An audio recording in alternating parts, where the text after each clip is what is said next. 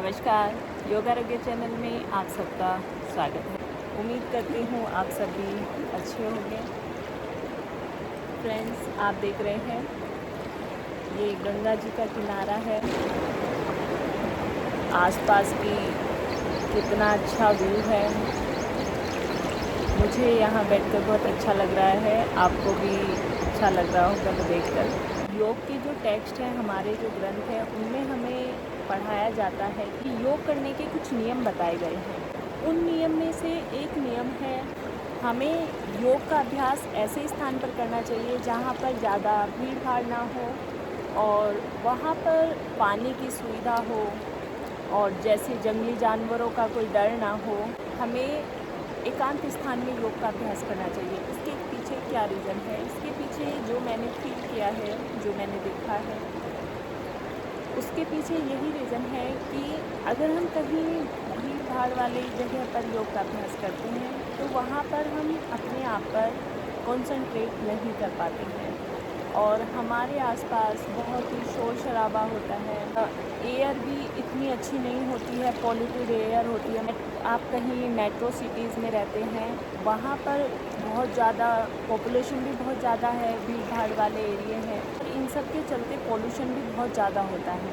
हमारे योगिक ग्रंथों में बताए गए हैं कुछ नियम योग करने के, हमें उन्हें फॉलो करना चाहिए क्योंकि हमारे ऋषि मनीषियों ने इन सबको अनुभव किए हैं और कुछ सोच समझ कर ही ये उपाय उन्होंने अपने अनुभव के अकॉर्डिंग हमें बताए कि हमें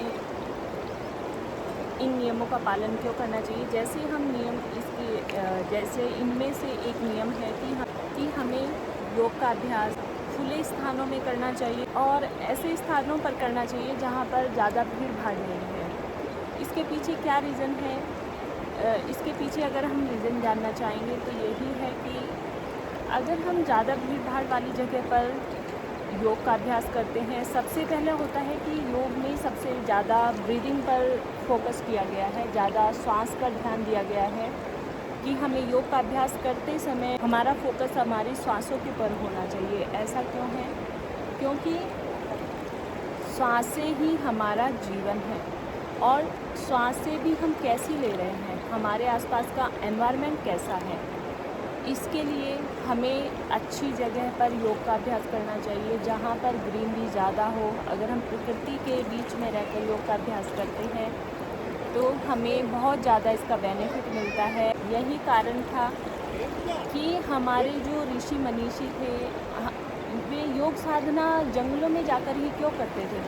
वे कहीं किसी हवेली में बैठकर योग का अभ्यास कर सकते थे, अच्छी घर में उन्हें सारी फैसिलिटी मिल जाती, लेकिन उन्होंने जंगलों को या प्रकृति को ही क्यों चुना कि प्रकृति के बीच में बैठकर ही उन्होंने योग का अभ्यास क्यों किया? क्योंकि जब हम प्रकृति के बीच में रहते हैं तो वहाँ पर सबसे मेन जो हमारी सांसें हैं जो हम ले रहे हैं, उसके थ्रू जो ऑक्सीजन हमारे आसपास जो प्राण वायु है वह हमारे शरीर में जा रही है, वह बिल्कुल प्योर होती है, उसमें पॉल्यूशन नहीं होता है। आप मेरे आसपास देख रहे हैं कि कितनी शांति है। यहाँ बैठकर इतना अच्छी फीलिंग आ रही है। मैंने यहाँ बैठकर मेडिटेशन की है, प्राणायाम किया है, अनुलोम विलोम किया है, मुझे बहुत अच्छा फील हो रहा है।